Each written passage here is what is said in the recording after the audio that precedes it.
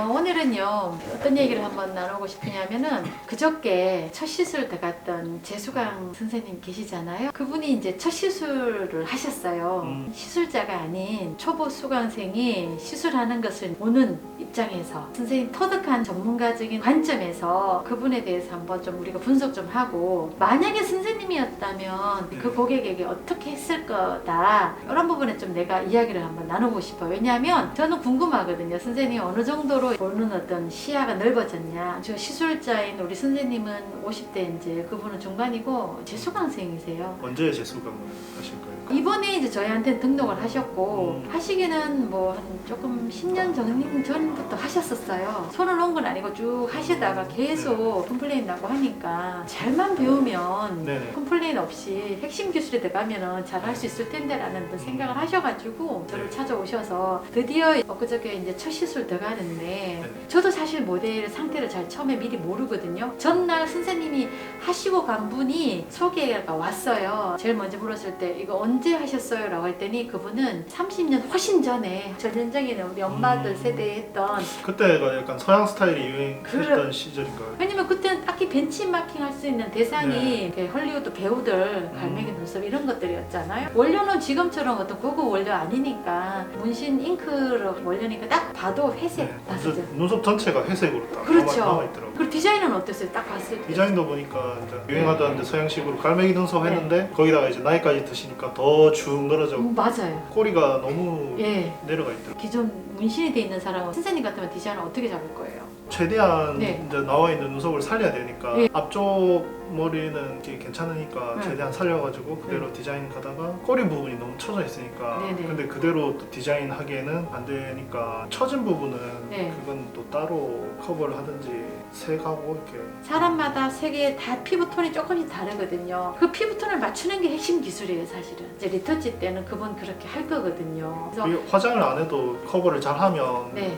이렇게 살색하고 잘 어울려지는 결과가 나오나요? 그럼요. 그게 핵심 기술이라니까요. 네네. 되게 걱정을 많이 했었어요. 사실은 연습한 대로 그대로 하시라고. 첫 번째 재수강생 그분이 한 시술에 대해서 결과물이 되게 좋았기 때문에 네. 바로 이제 그 사람이 또 가면서 제 명함 받아가가지고 아는 지인 또 하고 싶은데 해가지고 그 다음 온 게 이제 어제 우리 여기 네, 맞아요. 그 이 선생님은 지금 현재 배우는 수강생 중에서 나이가 제일 고령사예요. 예전에는 62살도 있었는데 지금 이분이 57살이신 분인데, 이분 같은 경우는 먼저 30대 딸내미가 딴 데서 간육을 일단 배우셨다고 했었어요. 체계적으로 가르친다 해가지고 뭐 10회인가 이렇게 배웠는데 체계적으로 페이퍼하고 공업하는까지만 체계적으로 하고 모델 시연을 안 시키더라는 거죠. 처음에는 분명히 해준다 해놓고는 한 번도 안 시켰던 거. 네, 한 번도 안 했다는 거죠. 어떻게 그럴 수가 있어요? 도구 막 눈치를 줘서 어쩔 수 없이 이제 이렇게 떠밀려 나오듯이 억지 졸업을 했다라고 이야기하더라고요. 근데 어머니가 보니까 뭐 기계도 다 있고 되게 솜씨가 있어가지고 제가 물었더니 네네. 그림 그리는 게 원래 취미였대요. 나이는 제일 많았지만 굉장히 잘하시잖아요. 그래서 그리고 왠지 자신감이 느껴지는 게 그렇죠. 다 이유가 있었구나. 디자인 잡았을 때 선생님 처음부터까지 다 지켜보셨잖아요. 좀 전체적으로 고르게 털이 나 있었잖아요. 우리 유 선생님이 디자인 잡는 거 봤을 때 선생님이라면 이거는 어떻게 잡았을 거다라는 어떤 그런 아쉬운 점이 있었어요? 전반적으로 다 괜찮았고, 근데 예전에 저도 할아버지 한 분을 디자인하면서 느꼈던 건데 그때 할아버지도 눈썹이 몰려 있었어요. 그렇죠. 근데 이분도 보니까 눈썹이 네. 좀 많이 좀 몰려 있는 그런 스타일이셨어요. 근데 우리 수강생이 네. 좀 너무 눈썹을 살리고자 했던 마음이 컸는지 앞쪽까지 이게 다 디자인을 잡았더라고요. 네. 그렇게 되면 아무래도 조금 순해 보이지는 않을 것 같고 네. 고집스럽게 보이지 오. 않을까 그런 느낌도 들고, 저 부분을 벌려가지고 디자인하는 게 낫지 않을까. 맞아요. 디자인 할 때 제가 고쳐준 게 그죠? 왜냐면 눈썹털이 이제 다 있으니까 앞머리부터 정확히 잡아버리면 아무래도 그 디자인 안에서 터치를 하려고 하는 거거든요. 그래서 앞머리 눈썹은 살짝 좀 밀어줘도 되거든요. 우리가 디자인 잡을 때 손가락 이렇게 두 마디, 여자 네. 손가락 두 마디 들어가는 정도로 했잖아요. 네. 근데 이 고객님 같은 경우 이렇게 보면 한 마디 반 정도 들어갈 정도로 털이 앞쪽으로 나 있었기 때문에 그때는 그 앞머리를 조금 밀어줘도 되는데 그분은 이제 초보자니까 그럴 수밖에 없는 거고, 선생님은 이제 좀 그런 그 이제 몇 번 거쳐보니까 벌써 그런 아쉬운 점을 발견하신 거예요. 이제 그리고 이제 디자인을 잡고 난 뒤에 우리 엠버 했을 때 선생님이 그분이 이제 터치하는 걸 보면서 조금 더 아쉬운 점은 또 어떤 게 있었어요? 눈썹 중간이나 이런 눈썹 숱이 많은 숱이 있고 뒤쪽으로는 좀 어느 정도 어울려져 있는데 앞쪽 같은 경우에는 네. 이제 눈썹이 많이 없는 데다가 네. 그다음 엠보 나이를 넣어야 되는데 좀 제가 본 느낌으로는 식으로 너무 좀 진하게 넣으셨더라고요. 연하게 넣었으면 좀 더 자연스럽지 않을까. 표현이 이제 진하게라고 했는데 진한 게 아니라 이제 네네. 색은 다 똑같은 아, 색이었잖아요. 네네. 힘 조절. 아, 이분이 지금 엠보 지금 처음 첫 시술이잖아요. 네네. 그러니까 우리가 항상 터치 들어갈 때 뒤쪽 부분부터 이렇게 앞으로 오면서 터치를 하라 그랬잖아요. 그 네네. 이유가 어느 정도 이게 잘 받아 먹는지 피부가 네네. 우리가 스크래치 냈을 때 이렇게 빨갛게 금방 색이 보여지는 증상이 있는 피부들이 있고 또 아무렇지도 않은 피부가 있다라고 했잖아요. 그런데 네.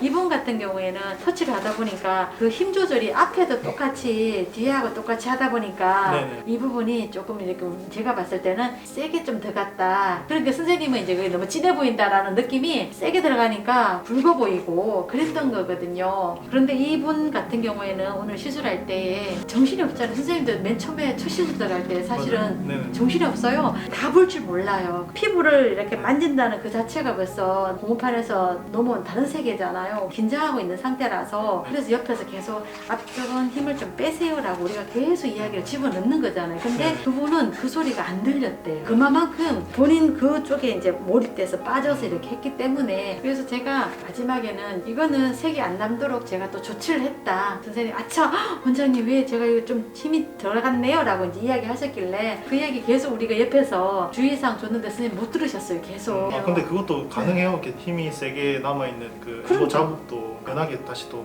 수정이 가능한가요? 원리를 토대로 배우게 되면은 그 즉시 이 색이 안 남도록 또 바로 돼요. 어떻게 해요? 그래서 이제 어제 제가 막 안 남도록 얘기했거든요. 다음에 할 때는 일부러 좀 이렇게 실수해 보세요. 제가 안 남도록 아, 네. 그거를 좀 방법 가르쳐 줄 아, 테니까 네. 아무튼 선생님이 어느덧 그분들에 비해서는 이제 앞선 선배가 돼가지고 딱 이렇게 평가할 수 있는 눈이 얼마나 이렇게 키워졌나 이제 그게 또 궁금했는데 제가 생각한 것보다 더 많이 느끼고 있구나. 보는 눈이 달라져 있구나.